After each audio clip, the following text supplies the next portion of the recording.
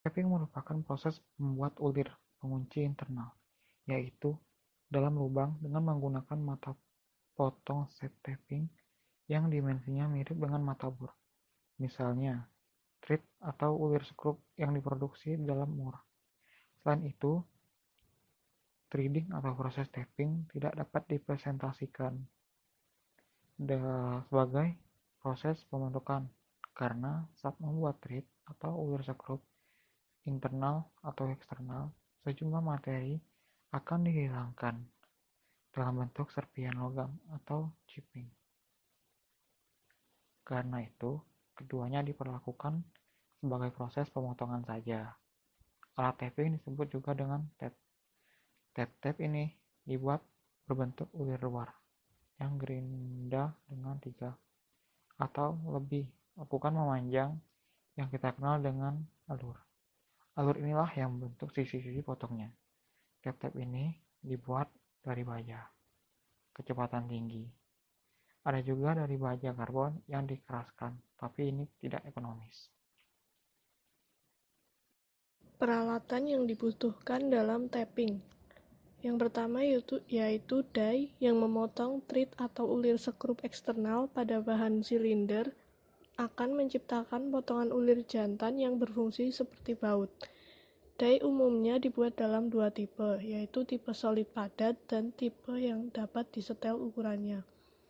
Yang kedua, benda kerja yang akan diulir, yang biasanya berdiameter sedikit lebih kecil dari diameter utama die. Yang keempat, pasangan die nut, juga dikenal sebagai die threading, merupakan die dibuat untuk membersihkan thread atau ulir skrup yang rusak, tidak memiliki split untuk mengubah ukuran, dan membuat dari patang heksagonal sehingga kunci pas dapat digunakan untuk mengubahnya. Yang terakhir yaitu mata tapping yang digunakan untuk memotong atau akan membentuk bagian betina dari pasangan. Die atau sney yang digunakan untuk memotong atau membentuk bagian jantan dari pasangan kawin.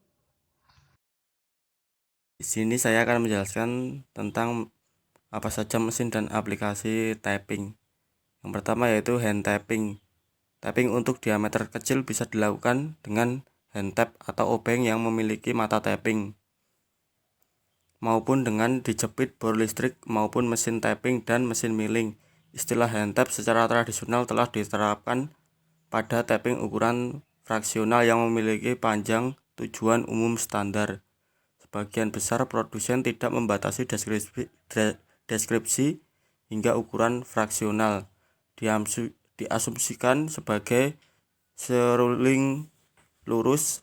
Ini merupakan tapping yang serulingnya disediakan sebagai ruang untuk menampung serpihan logam atau chipping yang dibuat saat pemotongan tapping. Yang kedua yaitu ada dua mesin, yaitu mesin milling dan mesin tap. Karena proses tapping mesin merupakan operasi yang jauh lebih cepat daripada memutar tapping dengan tangan. Evakuasi chip menjadi lebih sulit dikendalikan. Tapping titik spiral dan spiral bergalur cocok dengan kategori ini. Perubahan pada geometri seruling ini meningkatkan efisiensi tapping.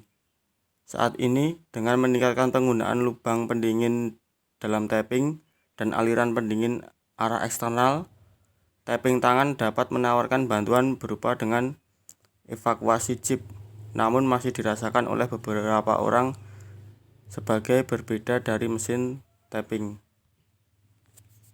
Mesin bubut.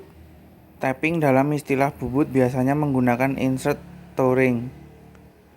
Jangan pernah keliru istilah turning dengan bubut karena artinya sebenarnya sama.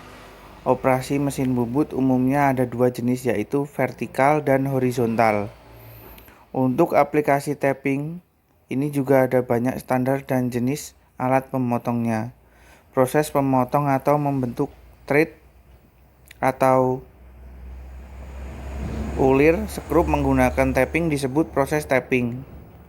Sedangkan proses menggunakan die atau operasi sisipan balik disebut threading.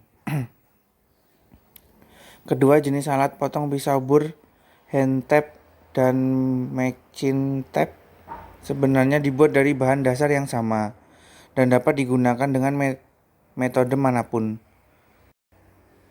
4.